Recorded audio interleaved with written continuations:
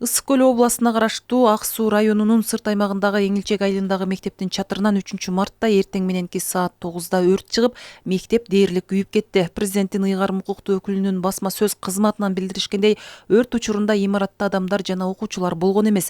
Мектепте 23 окуучу билим алат. Имарат 1980-жылы кыштан курулуп, анын ичинде 4 класс, мугалимдер бөлмөсү, ашкана жана жыйындар залы бар болчу. Учурда жергиликтүү бийлик жана укук коргоо органдары өрттүн келип чыгуу себептерин жана жагдайларын аныктоо үчүн иликтөө иштерин жүргүзүүдө. Окууну үзгүлтүккө учуратпоо максатында мындан ары балдар айыл өкмөттүн имаратында убактылуу билим алышат.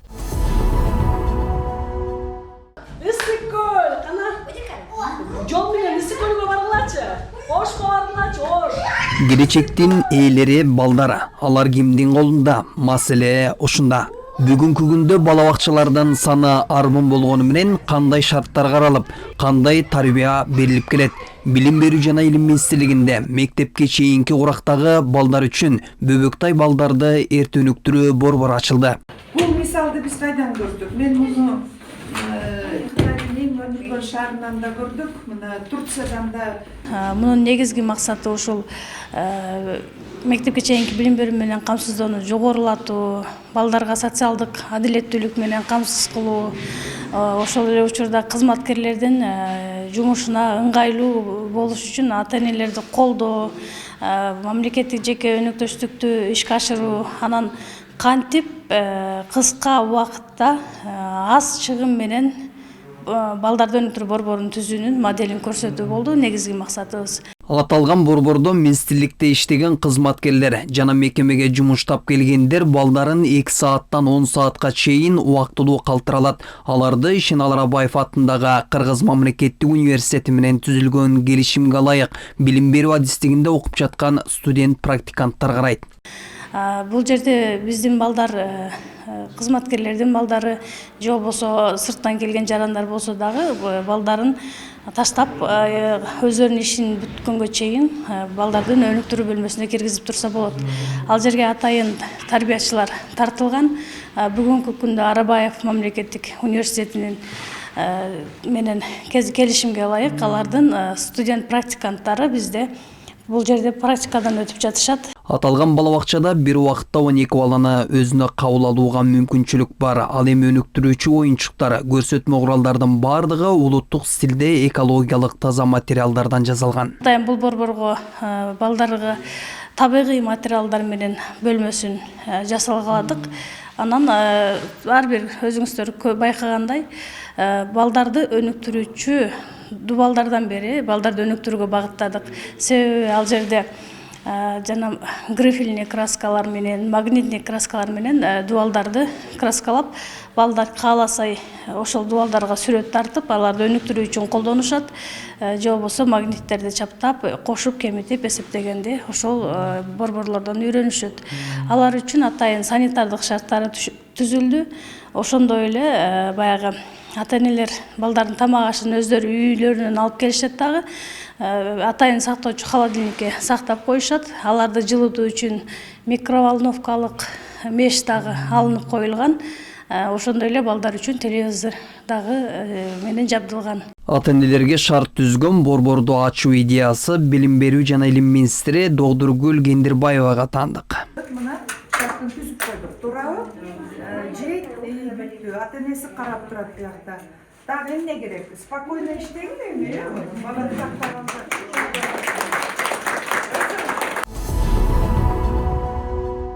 Кыргызстанда мындан ары мектеп директорлугуна сынактар жаңы эреже менен өтөт. Билим берүү жана илим министринин маалыматы боюнча азыркы тапта өлкөдөгү 375 мектептин директорлору милдетин убактылуу аткарууда. Эми жаңы эреже боюнча директордун бош кызмат ордуна 7 жылдан кем эмес үзгүлтүксүз педагогикалык тажрыйбасы бар жарандар катыша алат. Ошол 7 жылдын 2 жылы ал адам директор же анын орун басары катары иштеген болушу керек.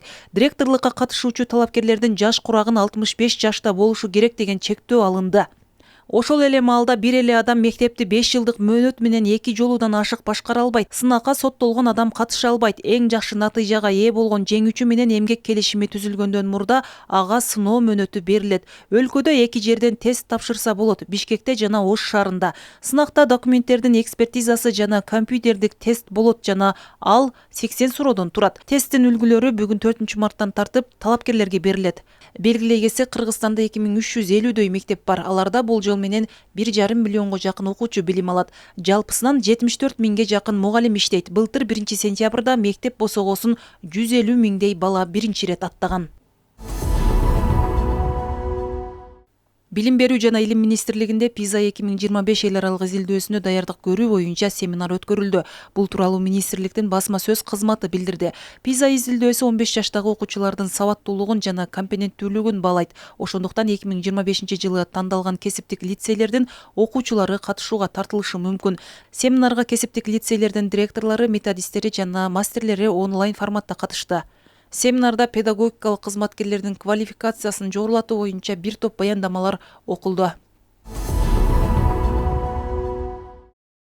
Бишкек шаарында азыркы жогорку окуу жайларындагы студенттердин заманбап билим, тарбия алуусундагы маселелер жана аларды чечүүнүн жолдору аталышындагы илимий практикалык конференция өттү. Иш-чара Айшен Аларбаев атындагы КМУнун Манаев атындагы тарых жана социалдык укуктук билим берүү институту жана Кыргыз Республикасынын эмгек сиңирген мугалими Гапыр Мадаминов менен бирге уюштурулду. Негизи ар бир мамлекеттин келечеги бул жаштардын колунда. Бүгүнкү жүргүзгөн жаштардын саясаты кандай? Жогорку окуу жайларда маселелер жанан чечүү жолдору кандай деген маселелер жөнүндө талкуулоо болуп атат. Келечектеги жаштарыбызды таалим тарбия алууда мугалимдин жогорку окуу жайлардагы мектептердеги мугалимдин статусу кандай болуш керек, жасаган иштери кандай болуш керек. Ошол тууралуу бүгүн чоң конференция болуп жатат. Бүгүнкү глобализация, цифровизация учурунда заманбап билим тармагы заман чакырыгына ылайык өзгөрүүгө муктаж. Профессор Акматали Алимбековдун айтымында студенттер өз алдынча билим алып, алган билимин өздөштүрүшү керек дейт. Ал балдарды аң сезимдүү түрдө билимди өздөштүрүүдө эң эле ийкемдүү жолдорун табабыз деген оюн билдирет. Анда профессор алгач студенттин иштөө процессин баалашыбыз керек деп эсептейт. Окутуу процесси үйрөтүү анан үйрөнүү деген эки тараптуу ишмердүүлүктөн турат. Үйрөтүү мугалимдин иши болсо, үйрөнүү бул студенттин иши. Бул тең паритеттүү бир укуктук, милдеттик маселелер тең болуш керек жерде. Мына буну бир образдуу салыштырып айтсак, бир кайыкты элестетели. Анын кайыктын эки калагы бар. Бирин студент сүрөш керек, бирин мугалим сүрөш керек. Тилекке каршы көпчүлүк жерлерде ушундай негативдүү жагдайлардан туш болобуз. Мугалим калактын экөөнү тең сүрөйт, студент жүргүнчү болуп, пассажир болуп артында отуруп алат. Иш-чаранын жүрүшүндө Кыргыз Республикасынын эмгек сиңирген мугалими Гапыр Мадаминов бир топ маселелерге токтолуп, бүгүнкү күндө окуучулар жана студенттер окуганын түшүнбөй, кыйналса, экинчиси угуп түшүнбөй, ал эми үчүнчүсү көрүп туруп маалыматтарды ала албай жатышат дейт. Сиз айтканыңыз туура, азыр маалыматтар электрондук вариантта берилип калышы мүмкүн, бирок студенттер ошол даяр берилген маалыматты деле, берилген электрондук интернет ресурстарды кайра иштеп чыгып, ошонун ичинен извлекат дейт. Маалыматты керегини алып, бир формадан экинчи бир формага кайра өткөрүү жагынан кыйналышып атат да. Ошол үчүн биз жаңы бир спецкурс сабакты сунуштап атабыз. Бул акыл эмгегинин маданияты жана билим алууну үйрөн методунун негизинде студенттердин өз алдынча билим алуусун өркүндөтүү маселеси. Бүгүнкү күндө өзүмдүн докладымды жактаган отурам. Докладдын темасы бул ошол Гапыр агайдын азыркы учурдагы мугалимдерге тийгизген методикасынын орду жана ролу болгон турат. Негизи эле ошол Гапыр агайдын методикасын колдонуу менен биз келечектеги мугалимдер, эл агартуучулары бир топ өзгөрүүлөрдү каалап атканбыз. Анткени мисал алсак эле Устаттык өнөр китебин алып турган болсок, ошо мугалимдин кантип тапшырмадан сурап, кантип сабакты өтүшү, аларды шыктандыруу жолдору, аларга кызыктуу теманы өтүп берүү болгон сунуштарын ошол жакка камтыйт экен. анан ошол эле учурда биздин университеттеги мугалимдер менен студенттин ортосунда дагы абдан чоң тыгыз байланыш болот. Ошол эле учурда только практикалык же лексиялык эмес теориялык да билимдерди алабыз. Ошол учурда мен өзүм мектепте да иштеген байланыштуу, мектеп менен дагы университетинде мугалимдер менен ушундай тыгыз байланышта болот дагы. Өзүм ушундай илим иштерди баймай окуп турам. Анткени өзүм студент деген сөздү изденим деген түшүндүрүп атпайбы?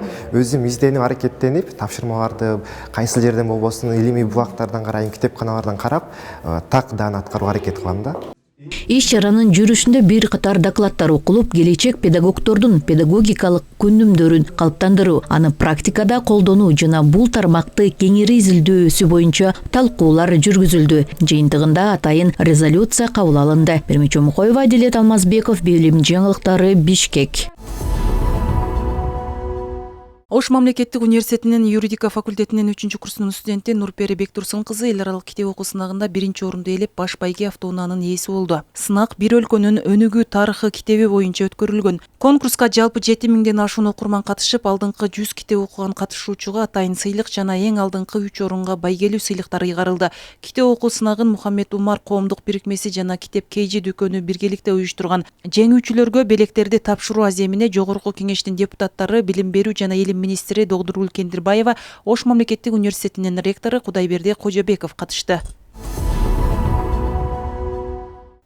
Ош мамлекеттик университетинин 85 жылдык мааракесине карата окуу жайдын медициналык клиникасында кардиохирургия бөлүмү ачылып пайдаланууга берилди. Салтанаттуу аземге билим берүү жана илим министри Догдургүл Кендирбаева, саламаттык сактоо министринин орун басары Айжамал Шамбетова, Туркия, Казакстан, Россия, Өзбекстан жана Кыргызстандагы кардиохирургия, кардиология, хирургия, урология боюнча белгилүү дарыгерлер, окумуштуулар, окуу жайдын профессордук окутуучулук курамы, студенттер катышты. Алар кардиохирургия бөлүмүндө операцияларды жасоого, жүрөк кан тамыр ооруларын алдын алууга түзүлгөн шарттар менен таанышты.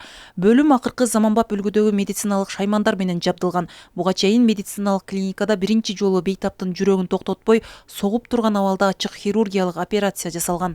Биздин клиникада пациенттерибизге жүрөк оорулары боюнча бүт операциянын түрүн өткөзүүгө бүт баардык шарттар түзүлгөн. Бул клапан алмаштыруу, жүрөктүн кан тамырлуулук операцияларынын бүт баардык түрлөрү жасалган. Андан сырткары жүрөктөн чыккан аорта деп коебуз, аны алмаштыруу мүмкүнчүлүгү бар. Мындайча айтканыбызда, биздин клиникада жүрөк оорулары боюнча баардык ооруларды операция түрү менен лечение болот аткан оорулар бүт баардыгына операция түрүн жардам берсек